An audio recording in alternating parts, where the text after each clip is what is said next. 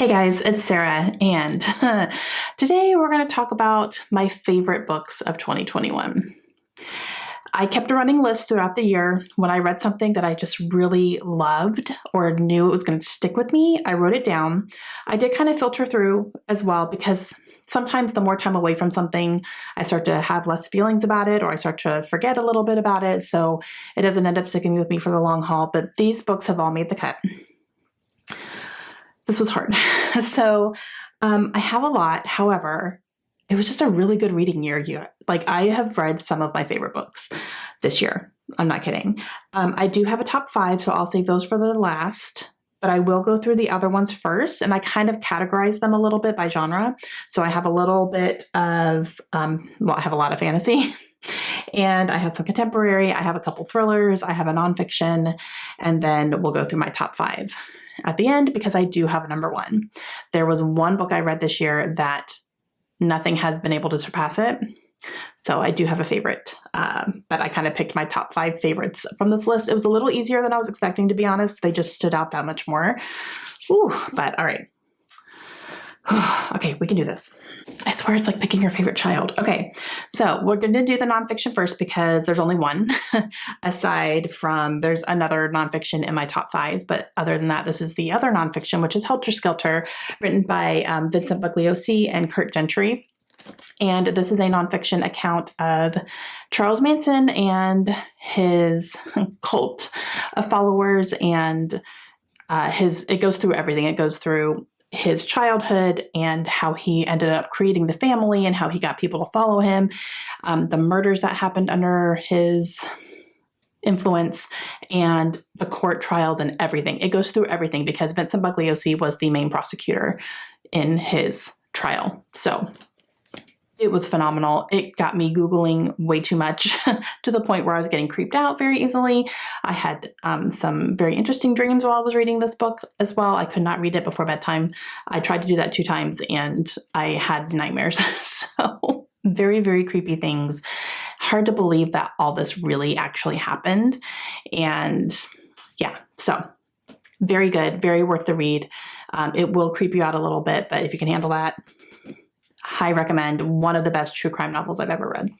Okay, now we'll move on into the fantasy. I actually have 2 middle grade fantasies that made the cut here, which are fantastic. And then the rest are either young adult or adult. But the first middle grade was Keeper of the Lost Cities by Shannon Messenger. I read the first book and just was completely obsessed with it. I loved this novel. It follows a young girl, Sophie, who discovers that she is actually part of a fantastical realm, a whole new world of magic that she did not know existed. And she's trying to find her place. She's trying to figure out why she is kind of like the chosen one or the special one, if you will. And it follows her going and acclimating to this world and acclimating to going to school in this world and learning some things about herself. It was fantastic. I absolutely loved it. I cannot wait to read the rest of the series, which I definitely want to pick up book 2 soon and continue on in the series because it's fantastic. And there's quite a bit. I think there's 8 that are published, and I believe number 9 is either coming out soon or I don't know if it's out yet or not. And I believe she just announced that book 10 will be the final one, from what I'm understanding. But yeah, definitely want to get back into this. But I read the first one and it was fantastic. The other middle grade fantasy that I absolutely loved was Amari and the Night Brothers by B.B. Alston. This book blew me away and I was really surprised. I was afraid that this one was way too hyped. So I didn't read it right away when it came out. I kind of let it settle a little bit and then I picked it up and whoa, the hype is real and it's valid 100%. I loved this book. I loved Amari. I loved the world that was created. I loved the trials that she had to go through to prove herself. I loved her mission, the real reason she's at this place. It surprised me. There were things that happened that kind of came out of nowhere. And I was like, whoa, wait, what?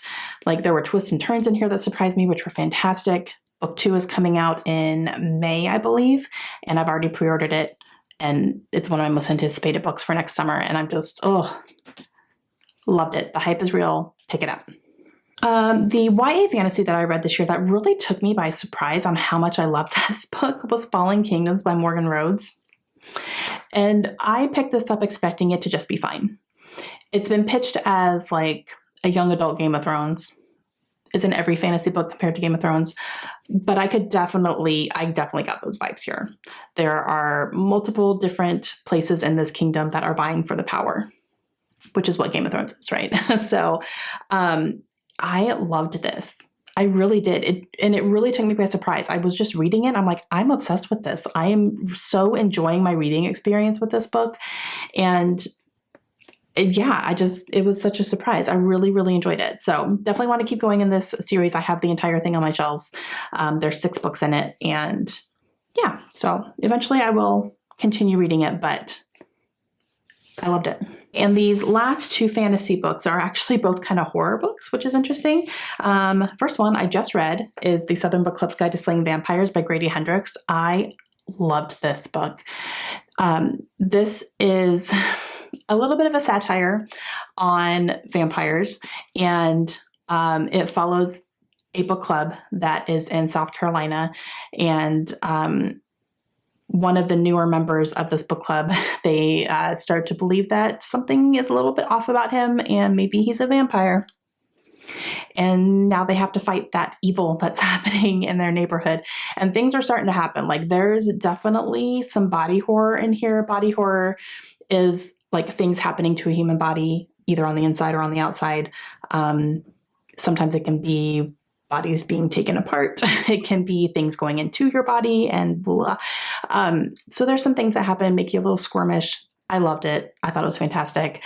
And there is some humor woven in here as well. So it's definitely something that doesn't take itself too seriously, but it's really entertaining and definitely it kept me captivated the entire time. I loved it.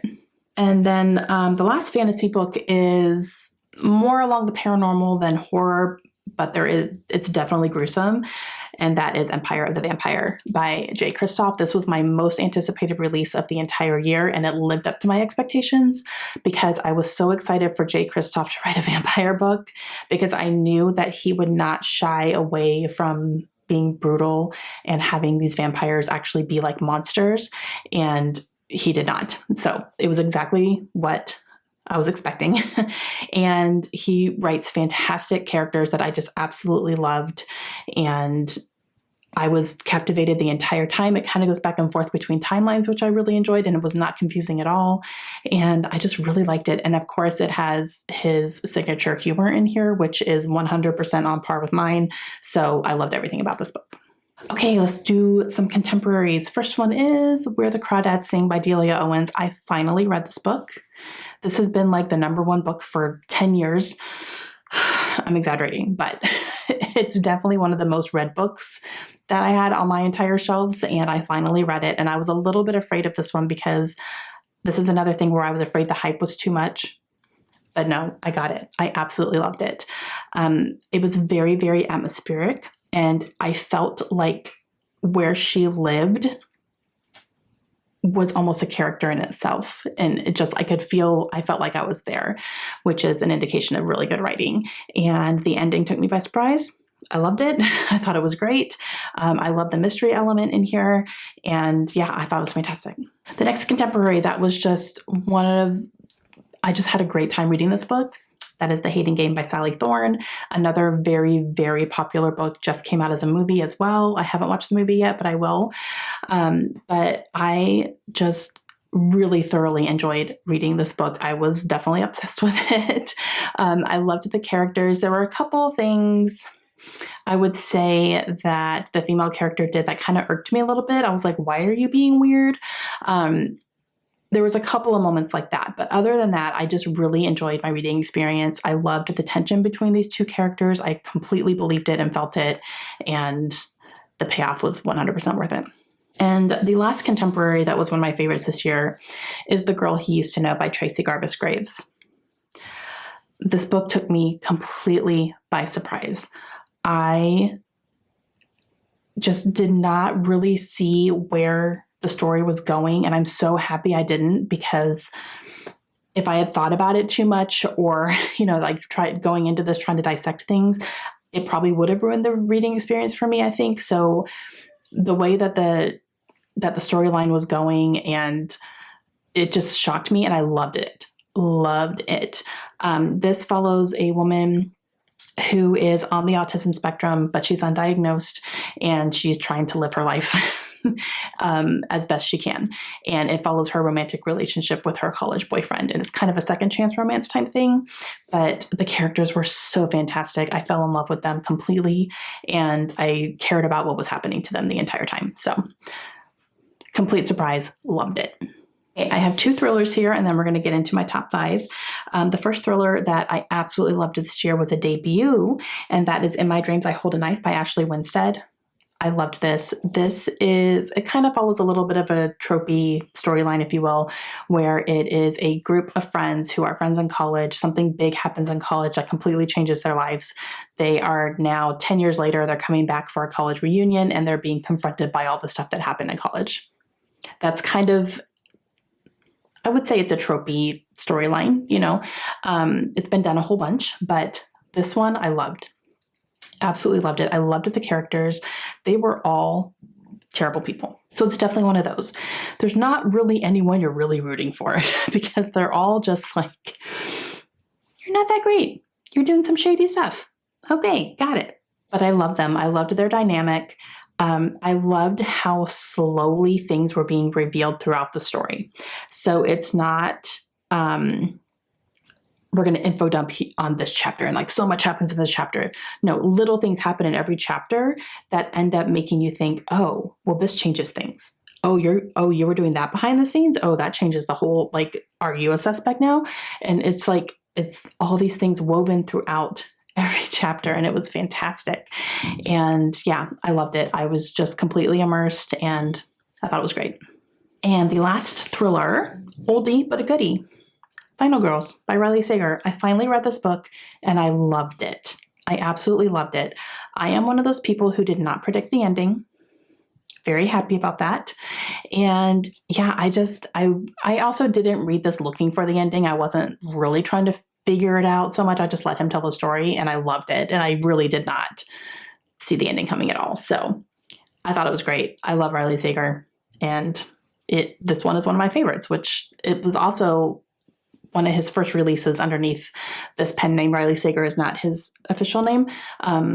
This is a pen name for him, but so this is like the first release under his pen name. He has other books released in his real name, but yeah, so like I hesitate to call it a debut because it's not really as far as him as an author, but under this name it is. So, but yeah, I loved it. Okay, top 5 time. Oh, you guys. All right, so the first one, so this is number 5. Lovely War by Julie Berry. This is a historical fantasy, and it follows, it's 2 different war timelines. So we are following a timeline in World War I, a timeline in World War II. And there are love stories woven into both of these timelines here. The interesting thing about this book is that the narrators of this book are Greek gods. Mainly Hades and Aphrodite are telling the story, and there's other Greek gods that come in along the way as well to help the story along. But they are telling this love story between these 2 people, and you can see how the Greek gods are manipulating these people in real time. And it was fantastic, you guys. I was laughing a little bit, especially with the Greek gods scenes, because they're just funny. And I think that is such a unique spin on storytelling. I was just obsessed with it. I thought it was brilliant. I loved it. The love stories made me swoon. Also very hard. There are some pretty graphic battle scenes in here as well. So there is that's going on. But you guys, like, I was obsessed with it. Top 5 of the year. Absolutely love it. Okay, number 4. And I can't believe I read this in 2021. I feel like I read it so long ago, but I read it earlier this year. It was in the early part of the year, but man. Malice by John Gwynne. This is the first book in the Faithful and the Fallen series. I have the entire series. This is still the only one I've read. I haven't picked up book 2 yet. But hands down the best fantasy book I've read in a very, very long time. And I enjoy fantasy. I like reading fantasy books. So for this one to be such a big standout is saying something. His storytelling is so good. It kept me captivated the whole time. His characters are fantastic. His battle scenes are just heart pounding. I'm holding my breath. They are so intense. And one of my favorite characters in here is an animal. So if that's anything about character writing, he makes me love this animal so much. I'm just obsessed with her. And it was completely entertaining. I'm so excited to see where the story is going to go. I know that all 4 books are written kind of to be one continuous story, so there's not going to be any big time jumps or anything. So I'm excited to pick up book 2. I really need to do that soon. But John Gwynne has easily shot up to one of my favorite authors, and I've only read 1 book by him. But it had that much of an impact on me. One of the best fantasy books I've ever read. Okay, number 3 is a nonfiction. I have a hard time thinking about this book without crying. That is The Only Plane in the Sky. And this is by Garrett M. Graff. This is the oral history of 9/11. And this book is life-changing. I will say that, because it gives you such a big insight into that day. And if you are someone who remembers watching that incident happen on television the way that I did, I was 23 when this happened, and I watched it happen on television. And man, anytime I see images of that day, I'm immediately just tears. And this book was no exception. I cried 3 times in this book easily. And one thing I appreciated about this book is that it covers all 3 areas in a very special way. So we had obviously the World Trade Center in New York, which I think is what everyone usually thinks about when they think about 9/11, because that was where the most damage was done, and that was what we were watching on television. But this also goes into the field in Pennsylvania where one of the hijacked planes was taken down by passengers. And it also covers the Pentagon, which a plane flew into one of the sides of the Pentagon. And that part to me was the most interesting, because that's where my husband's working right now. And I didn't realize, even after all this time, how bad the Pentagon was, because I don't think that was publicized enough. It was bad, you guys. And the people who are giving their accounts, who were there and who were running into the building to save people, you have a building full of military people who are trained to do that. They're trained to help people, and they're trained to run into the danger and to help people and pull them out to safety. That's what they do. So that's what they were doing, to the point where firefighters had to hold them back a little bit because they were putting their own lives in serious risk doing that. But I didn't realize how bad that area was. And this book shows you. So that part had the most impact on me, I think. And just, these are all eyewitness accounts from people who were there that day, who survived, from family members of people who didn't survive, of people who were covering the news coverage for it. Journalists and news anchors and all that are in here telling their stories. You also, if you listen to the audiobook, you can hear some actual audio of phone calls being made, trying to figure out what in the world is going on, because just grounding that many planes at one time, I can't believe they did it. Air traffic control, I cannot believe what they were able to accomplish, and to be able to get that done to keep everybody safe. And you guys, and you learned about some military stuff as well, like what they were doing. And oh gosh, you guys, I can't recommend this book enough if you have not read it. I definitely highly recommend the audiobook. I would recommend reading along with the audio. I think that gave me the biggest impact, because you're hearing things, and some people in here do their own narration for their own parts. Not everybody, but some do. So that's really great as well. But you can hear it in their voices when they're telling their stories about it, and just how much it still impacts them, obviously. So, okay, I think I'm done, but life-changing, this book. Okay, number 2, The House in the Cerulean Sea by T.J. Klune. Oh man, my love for this book. It was beautiful. I really felt like this was such a beautiful book, and it focuses on a group of children who are living in this orphanage, if you will, but they are at this very specific place because they have very specific powers that are very dangerous to the outside world. All of them do. They are considered a danger, so they are sent to this one place to live basically the rest of their lives they're expecting, because they don't ever expect to be adopted. And we follow a social worker who goes to check it out and basically make sure everything is up to par. And he has some misconceptions going into the situation, and he leaves that situation with much different feelings. So it was beautiful. These characters were so fantastic. I fell in love with every single one of them. And there was a beautiful love story that was woven in as well. The love story is not the main, like, this is not a romance book.